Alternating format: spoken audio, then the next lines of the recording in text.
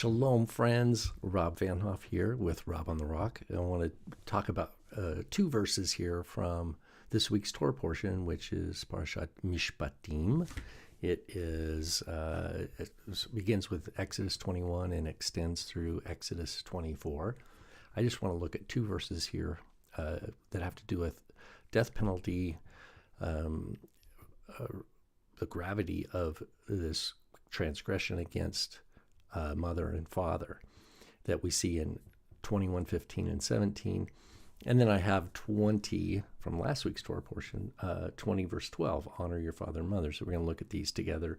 We'll just look at the Hebrew. The Hebrew's pretty straightforward. For those who've done some Hebrew, perhaps it'll be something that you haven't looked at before. So, of course, I'm just selecting these tiny verses out of a much larger Torah portion. I'll do another video on the Telos Torah channel from a passage from chapter 24. But here we're just going to look at these two verses from 21:15. I have the NASB on the right. And the Hebrew reads here in 21:15, U'makeh aviv ve'imo mot yumat. Mot yumat. And we're going to see that both, there's actually, I think, 5 verses in our Torah portion that end with mot yumat. Mot yumat. He most assuredly will be put to death. He most assuredly will die. That's what mot yumat is. We have a infinitive absolute. That's that mot. And then yumat here is a what we call a hufal. It's a passive causative. He will be put to death. He will be made to die, basically. He will most assuredly be made to die, I guess is the way you could think of that. Both 21:15 and 21:17 are identical, except for the first word. If you notice the objects, the first word is constitutes the actual crime, right? It's the action being done by a person.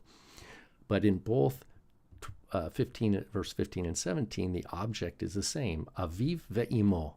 Aviv ve'imo. And so it's mother or his father. So his father or his mother is the order. His father or his mother. And then the consequence, mot yumat, is identical. So the only thing that differentiates in the Hebrew, verses 15 and 17, is that first word.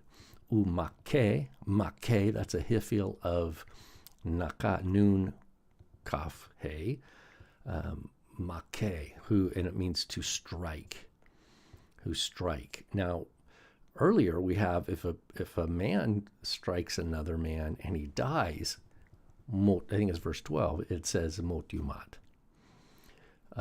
So here it doesn't say anything about the parents even dying. It just says the one who strikes them will be put to death. He strikes his father or his mother.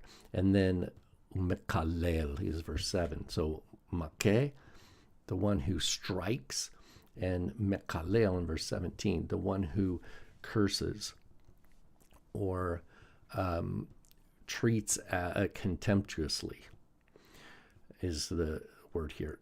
So notice here that this is a mekalel, whoever curses, that's using words or treats contemptuously, has the same consequence as striking them.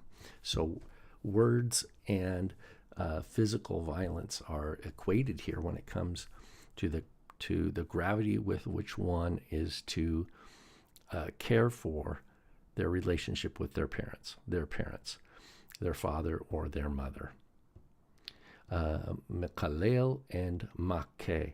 And these, particularly the mekalel, 21:17, that occurs in Yeshua's discussion with the Pharisees. We read that in Mark 7 or Matthew 15.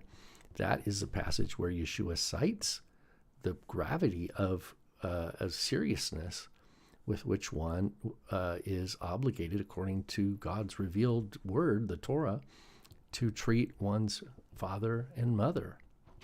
to protect that relationship, to cherish that relationship, as we'll see here from last week's Torah portion, to honor them.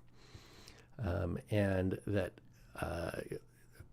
the Pharisees had numerous things, it says in Mark, but one such example cited by Yeshua is making a vow that somehow exempts a member of the Pharisees from helping their parents when they're in need.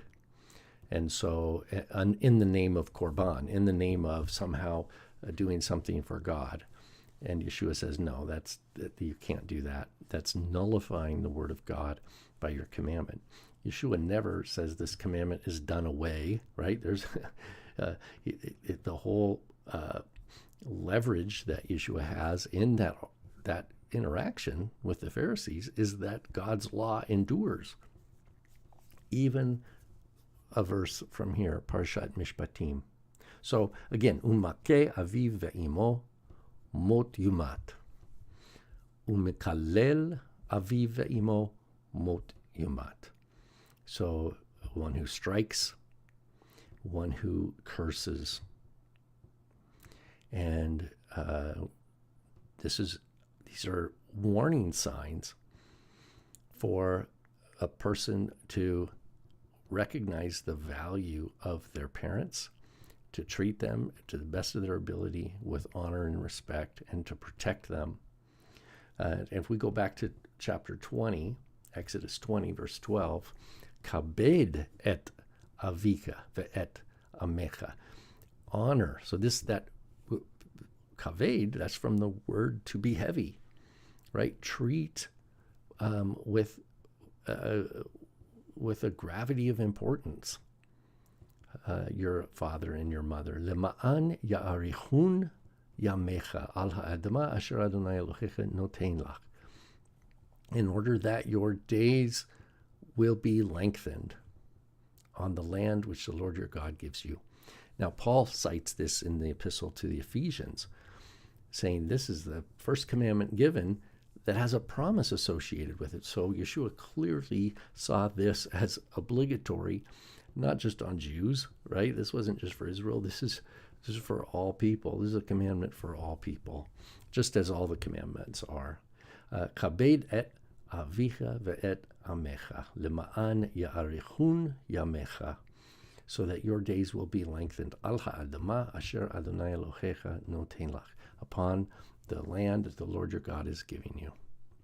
That means we recognize that God is our provider. God created the world. We know that from the Shabbat command, which was right before this one, and that we live in a world created by God. Our very life is a gift, a miracle, and that we have come into the world from people who have come before us, whose lives are also miracles, and we are to treasure that. It's a wonderful relationship to have, and to seek to bring light and blessing into your relationship with your parents. I know that not everybody's able to do that, so you do it to the best of your ability and as much as you're able to do that. So just a little bit here on this Hebrew mot yumat. He will most certainly be put to death. We see it with a man who strikes another man and kills him. In Exodus 21, we see it also in verse 16, one I trimmed out here, is kidnapping. And then we see it for those who would lie with an animal. I think that's in chapter 22. But in those 5 verses in this week's Torah portion, all those verses end with mot yumat. He will most certainly be put to death. Okay, so just a reminder of the importance of that commandment to honor your father and your mother. It's one of the big 10. All right, friends, shalom, and I hope you'll be able to pop over and see my video on Telos Torah YouTube, where we're going to talk about the elders of Israel seeing the God of Israel. We'll look at the Hebrew and the Septuagint of that as well. All right,